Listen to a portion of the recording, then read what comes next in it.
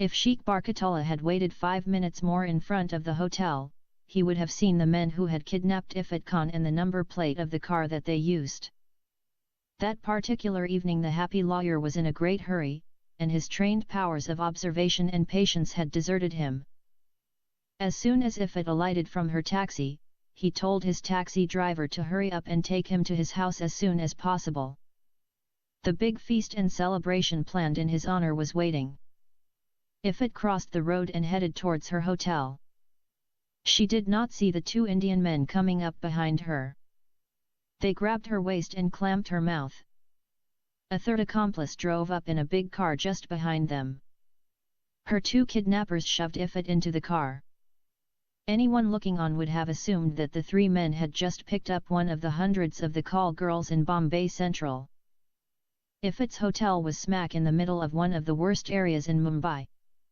It was a part of the largest red light area of Ferris Road. She was able to live over a month in that area without being kidnapped or raped because of her Islamic burqa that hid her physical assets. Yes, her burqa was a blessing in disguise sometimes. The one time she walked out without her burqa led to the film director Mahmood Khan falling head over heels over her. It was ironically the same one-sided love affair that her mother fell victim to many years ago with the old Saudi man, changing the course of her life forever. Mahmood Khan had tried every trick under the sun and failed. He already knew that she was an NRI, and would leave India and return to wherever she came from one day. That had the effect of increasing his determination and efforts. It was when his assistants reported her movements with the Muslim lawyer of the old Saudi man that he understood that she was flying out of India. Faced with the thought that he would never see her again, he knew he either had to detain her or delay her departure. As a last resort, he gave his men the green light to kidnap her and bring her to his farmhouse. He did not intend to force himself on her, but rather to take his time and try to win her heart, housing her in what was to be yet another golden cage. Before the kidnap, his men were warned not to harm her. Ifat's entire lifelong experience with men had heightened her fear of all men. She grew up thinking that men were somehow designed by nature to harm women. She had vivid memories of her mother's brutal rape by the 2 Saudi policemen. She clearly remembered the way the old man forced himself on her sexually when she was just a little girl. No, there was nothing in Ifat's life that led her to believe otherwise. Ifat simply thought that man was created by God like an animal, with more physical prowess than his mate, simply so he could have sex by force. This was reinforced by the acts of procreation she had observed in animals. As a child, she had witnessed a bloody fight between a pair of cats. Exercising his physical superiority, the male forced the female cat to submit. She had seen the same with a cock and a hen. Ifat concluded that sex equals pain. She had no concept of lovemaking. It was this frame of mind the day of her kidnapping, that she fully expected her abductors to beaten her up and brutally rape her. She thought that the men would kill her the same way the Saudi policeman had left her mother out to die after raping her. Ifat was 18 years old, but she had the social and cognitive skills of an 8-year-old. Her mind stopped growing from the time the old man took her to Asmara and imprisoned her in his mansion, raping her night and day. The men took her to a place very far away. Their car only reached Mahmood Khan's farmhouse at midnight. Ifat's heightened fear denied her any sleep. She was tired out and exhausted, and when the men did not drag her or force her out of the car, their tone mild and their manner respectful, Ifat obeyed, expecting a beating otherwise. One of them politely invited her out to follow them into the house. She entered the house into a huge room. She was surprised when she saw the marvelous beauty of the room she was standing in. The men were talking to her in Hindi. One of them told her that very soon she was going to have her dinner. He even apologized to her for serving her a late dinner. Then, he asked her whether she would prefer to have her food first or take a bath. When she understood that the men intended her no harm, Ifat began to talk to them. The first question she asked was why they had kidnapped her from the street in front of her hotel and brought her here. Ifit was keenly aware that the house she was in was more opulent and better decorated than her previous 2 homes in Asmara and Tehran. One of the 3 men broached the subject carefully, gently breaking it to her that she was not being kidnapped. He explained that his boss loved her so much and wanted to make her a big film star, that was why he had asked them to bring her to his house. Ifit immediately remembered the man who met her in front of the movie theater and offered her a role in his next movie. She retorted that she was not interested in becoming a film star. Noting that they did not get angry, she requested to be taken back to her hotel because she was flying out of India in 2 days. The man apologized, and told her that decision was his boss and not his. Ifit told them that she would be cruelly punished by her Saudi husband if she did not fly to Europe and do his work. The 3 men were shocked that the 80-year-old Saudi man who was under trial for kidnapping and raping the 11-year-old Indian girl was her husband. They tried digging more information, but Ifit fell silent. One of them asked her which kind of work she was going to do for her Saudi husband in Europe. She remained silent. Before the 3 men could get further information from Ifit, someone walked in carrying the largest food tray she ever had seen. She recognized nothing on the serving platter, but she was very hungry, not having eaten since that morning.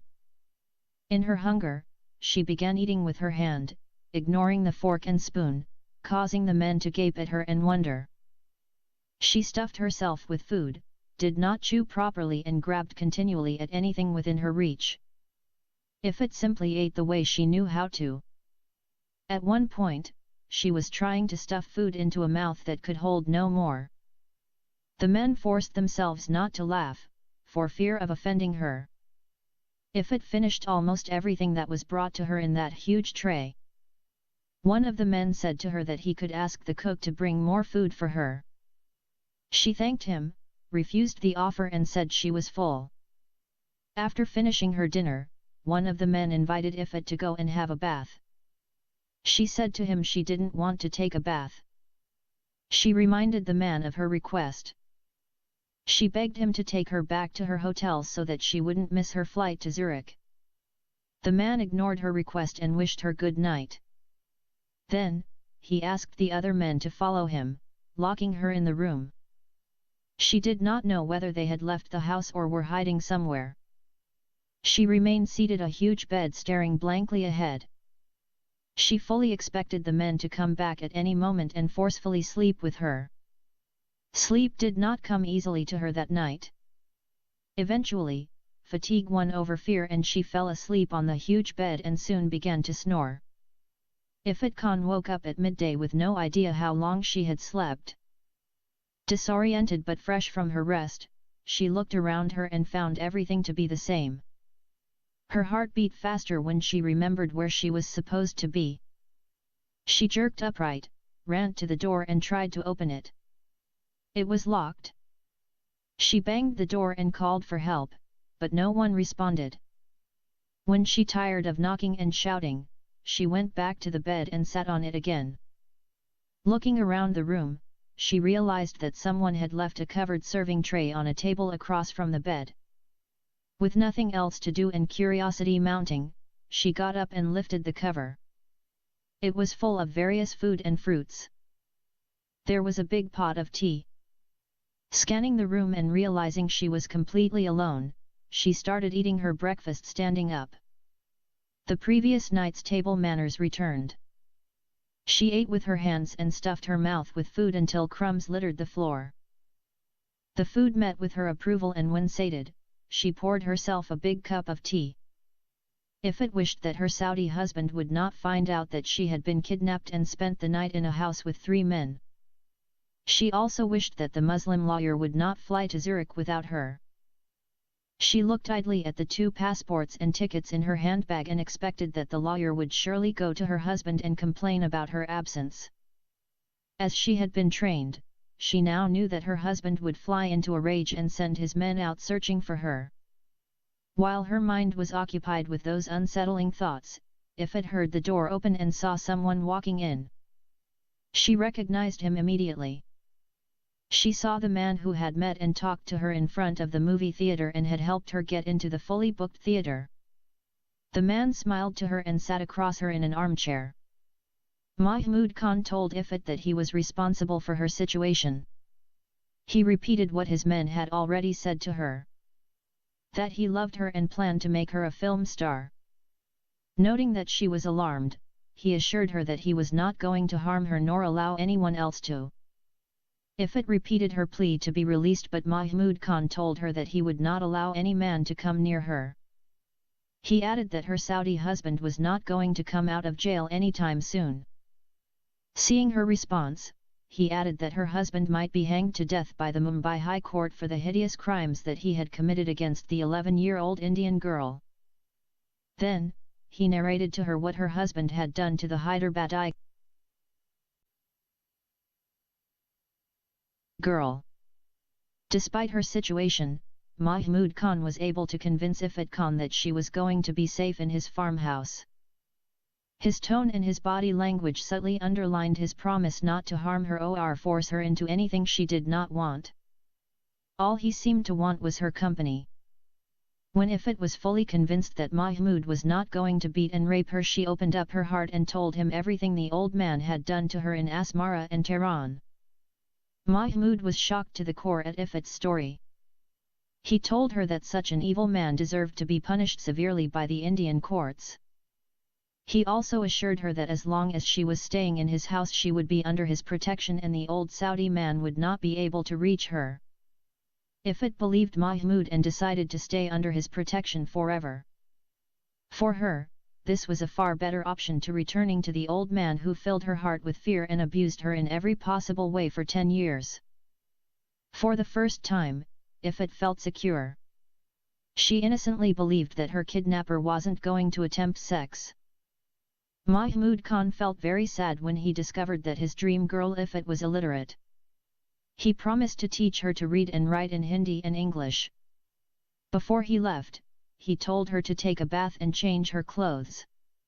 He showed her a big cupboard filled with all manner of very beautiful female dresses.